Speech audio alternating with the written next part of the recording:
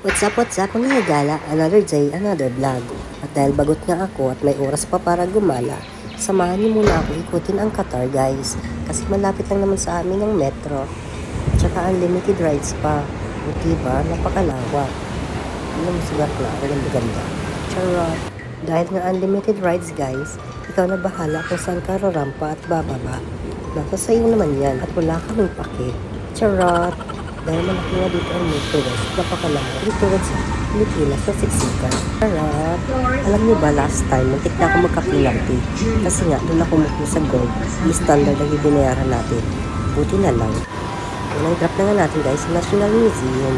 Kasi nga, dito daw nakakaalis sa loob. At napakaganda. Mga illusion. Doors opening. Guys, grabe, ang ganda talaga ng elevator dito. Diba? Tapos si Alki. Ito na yung National Museum guys. Sobrang napakaganda. Nakaka-amaze. Diba? Para ka lang sa loob ng pelikula. Sad to say, sarado pa po ang National Museum kaya hindi tayo nakapasok. Kaya, ang lola mo, sa labas na nagpa-picture. Diba? Sa kakalakad ko, nakita ko si Hagrid. Pero hindi tayo pinapasok ni kabayan hanggat hindi daw ako nag-order. Diba? Ang tataray ng mga kabayan dito, mga suplada. Charot! Siguro nasa loob si Harry Potter. So sa kakalakad natin guys, nakarating na tayo sa gusto kong puntahan. Ito ang Flag Plaza. Alam niyo ba guys, na 119 countries po yung flag. Kasama na yung Pilipinas. Diba napakaganda? At binuksan lang to noong October 4, 2022 nung nilaunch ang FIFA World Cup dito sa Qatar. Diba si Bakla tumatakbo-takbo para nasa New York siya. Diba guys, ang ganda.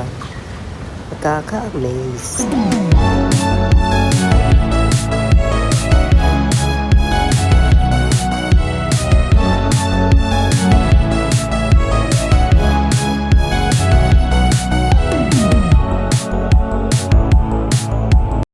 Nawawala talaga yung pagod mo dito guys sa mga magagandang tanawin.